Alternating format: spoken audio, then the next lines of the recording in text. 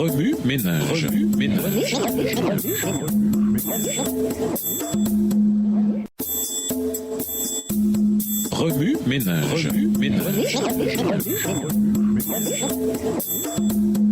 Bienvenue dans votre émission Remue ménage. Nous voilà au mercredi 18 janvier 2017. Ne le savez-vous pas?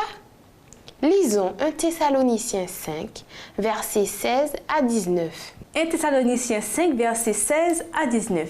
Soyez toujours joyeux, rendez grâce en toutes choses, car c'est à votre égard la volonté de Dieu en Jésus-Christ.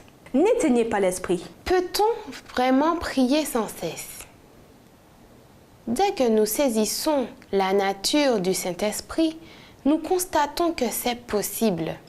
Le Saint-Esprit est partout, Psaume 139, verset 7, et manifeste la puissance de Dieu sur la terre, Romains 15, verset 19.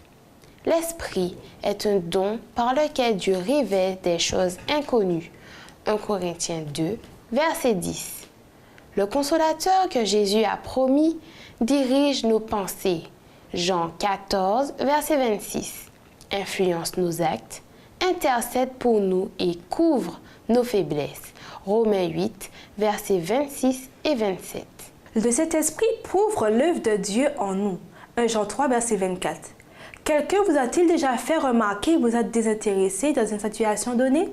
Peut-être s'agissait-il d'une situation où vous ne vous attendiez ni à un merci, ni à une récompense. Reconnaissez-vous la pertinence d'une telle remarque?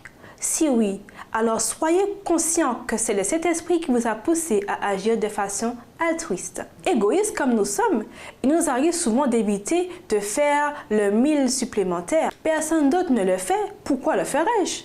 Souvenons-nous, si nous permettons au Saint-Esprit de guider nos actes, peu importe nos circonstances, nous construirons alors notre caractère pour l'éternité. Pour être les représentants de Dieu, il nous faut comprendre notre mission.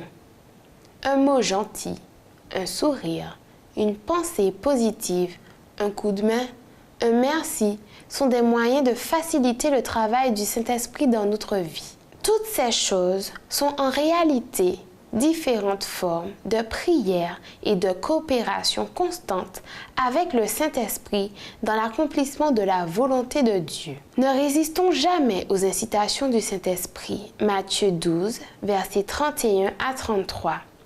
1 Thessaloniciens 5, verset 19 et Hébreux 3, versets 7 et 8.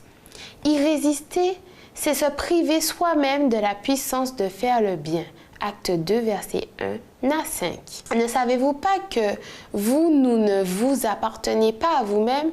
1 Corinthiens 6, verset 19. Au lieu d'attendre passivement que l'Esprit œuvre en nous, pourquoi ne pas le chercher activement? Prions, étudions la Bible et cherchons de tout notre cœur la volonté de Dieu pour nous. Alors, le Saint-Esprit, l'enseignant, nous guidera et nous poussera à faire le 1000 supplémentaire. L'heure est venue de le mettre à l'épreuve. Remue ménage.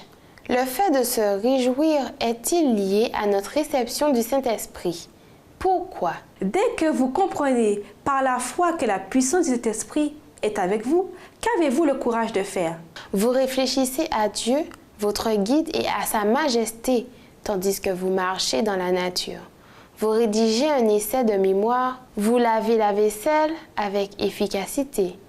Vous regardez les merveilles du ciel. Vous dites un simple merci. À votre avis, ces rapports avec Dieu font-ils partie de la prière continuelle? Expliquez. Au revoir. À demain si Dieu veut. Remue ménage. Remue ménage.